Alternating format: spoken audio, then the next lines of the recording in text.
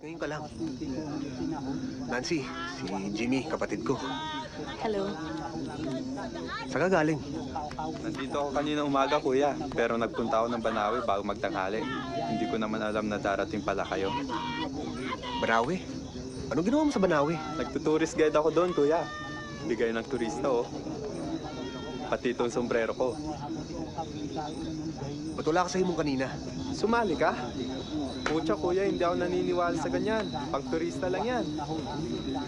Isang kilalang kadanyang ama at isang bantog na mumbaki.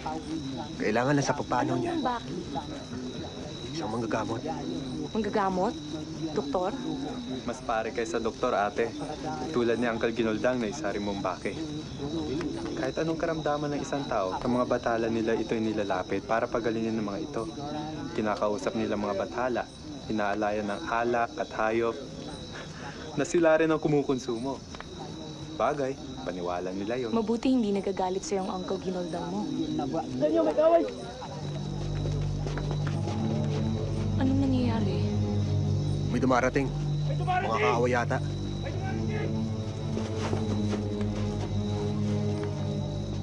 Mga kasama! Sandali! Doktor pala! Magandang gabi ho, doktor! Doktor!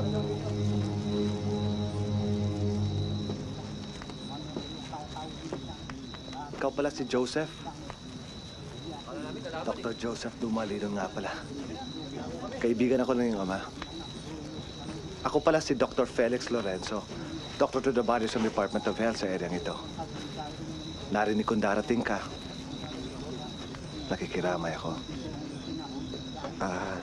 Dr. Lorenzo, si Dr. Nancy Madrid. Good to meet you. Kanina, ako lang ang doktor sa 5 bundok na ito. Ngayon, 3 na. Welcome sa Ifugao. Kailan pa kayo? Kanina lang, Doc. Mukhang nakukulture siya ka pa. Sa totoo lang. Nakapagtrabaho ka na pala sa abroad. Mabuti at bumalik ka pa rito. Oo naman. 2 taon din ako nag-DH sa Hong Kong. Nakakataranta. Namiss ko ang buhay dito.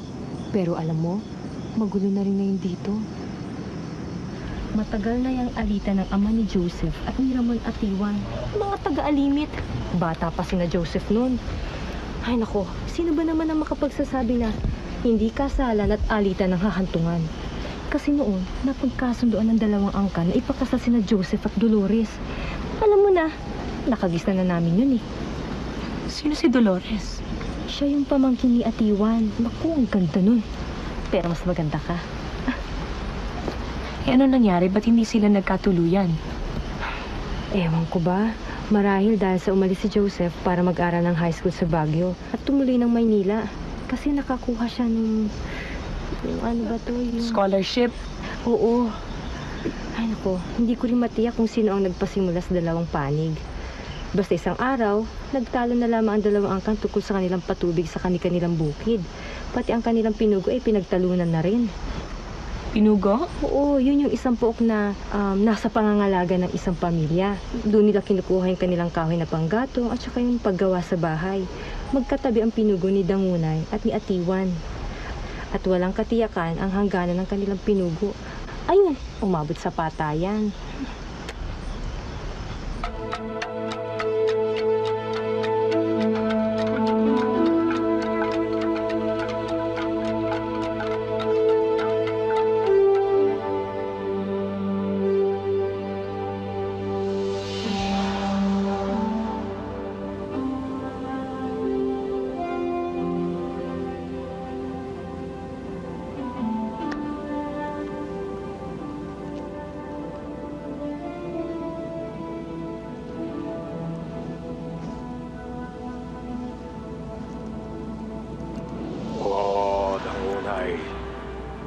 Narito ang iyong fuwangid.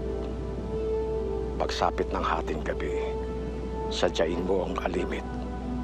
Ipag-ihiganti mo ang kaapihang sinapit mo sa kanilang mga kamay.